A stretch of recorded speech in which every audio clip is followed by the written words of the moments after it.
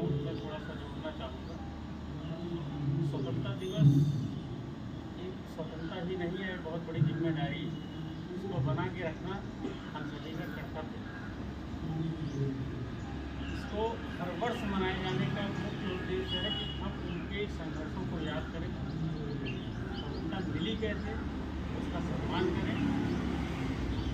इसको बना के रखना बहुत आसान काम नहीं है। किसी रिकॉर्ड को तोड़ना उस मेहनत से कहीं कम है जो उस रिकॉर्ड को बना के रखे।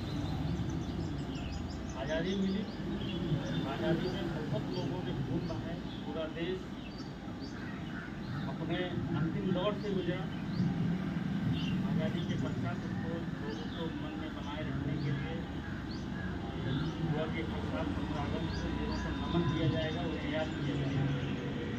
आज का परिवेश ऐसा है कि सोचिए उस समय अंग्रेजी शासन था, पूरा विदेश का कब्जा था, कोई आवाज़ नहीं उठा सकता था। ऐसे दौर में हमारे देश के एकदम शोषित वर्ग से लेके उच्च वर्ग तक के लोगों ने अपनी आवाज़ को उठाया, बुलंद किया, अपनी बात को रखा और मौत को एक खेल समझा।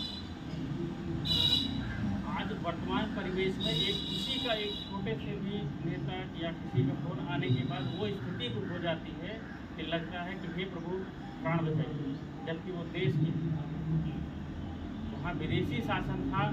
उनको ये होता था कि अगर पता चला तो आप एक बार फोन करके धमकाने की स्थिति भी नहीं थी कि आप सजग हो जाएंगे।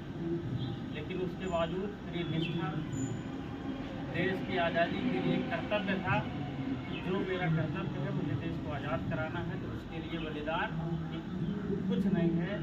और मरते मरते ये सोचते थे कि मैं तो मरूंगा लेकिन मेरी पीछे वाली पीढ़ी को याद रहेगा इंसान आज़ादी के लिए गया है, मुझे उसके लिए एक प्रेरणा छोड़ गया।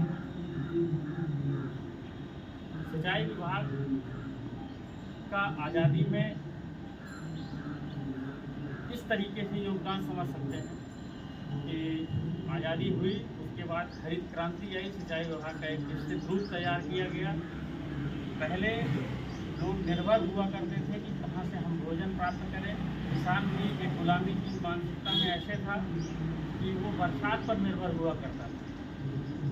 उससे स्वतंत्र कराने के लिए सिंचाई विभाग का प्रमुख योगदान रहा है। देश की आज़ादी में इस रूप को भी बहुत हद तक समझा जा सकता है। सिंचाई विभाग जहाँ पर वर्षा होती थी, बाढ़ होती थी, वहाँ से उस पानी को निकालकर समुद्र